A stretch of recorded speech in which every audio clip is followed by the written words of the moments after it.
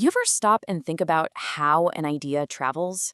I mean, not just from me to you, but across entire oceans, across cultures, transforming from something super local into a global movement. Well, today we're going to dive into one of the most remarkable stories of a journey just like that. It's a really fascinating question, right? Today, you can find Reiki practitioners, this Japanese art of energy healing, pretty much anywhere you go in the world. But it started out as a very specific local practice.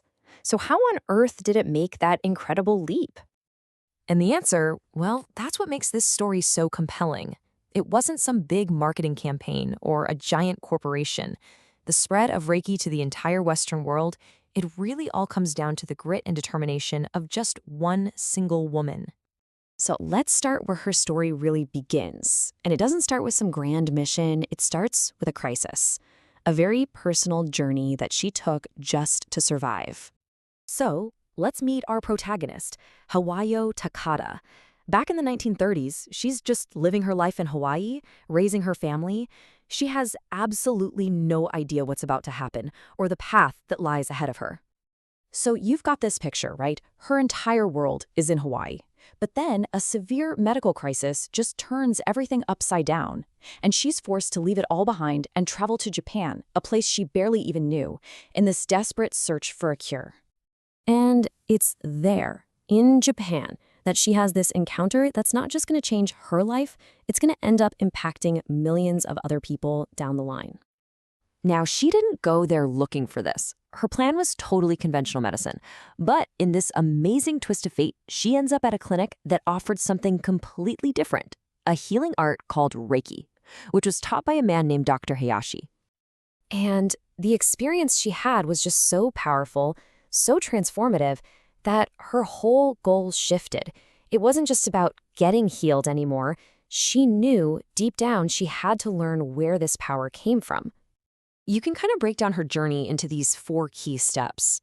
First, she gets healed. Then she's just completely awestruck by what happened. So she manages to convince a very reluctant Dr. Hayashi to actually teach her.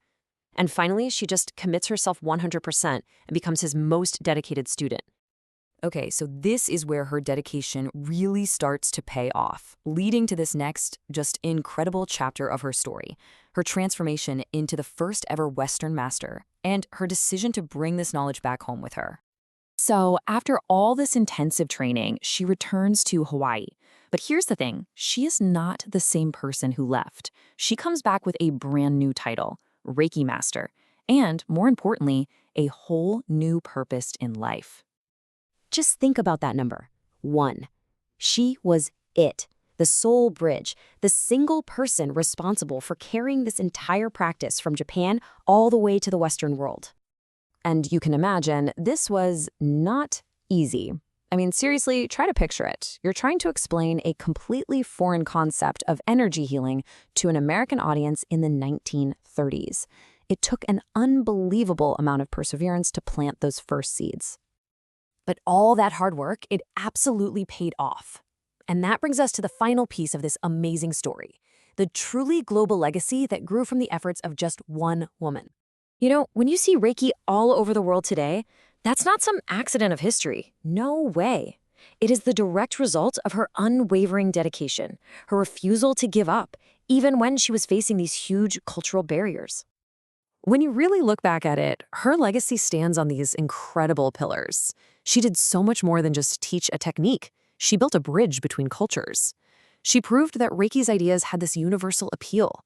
And her whole life is just this powerful showcase of how one person can plant the seeds for a global wellness movement. It's just amazing to think about, right? This whole thing, this worldwide phenomenon, it was sparked by one woman's personal, almost desperate search for her own healing. And that really leaves you with something to think about. Hawayo Takata's story.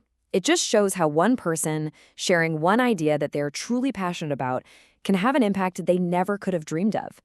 It really makes you wonder, doesn't it? What's the one idea, if you shared it today, that could change the world tomorrow?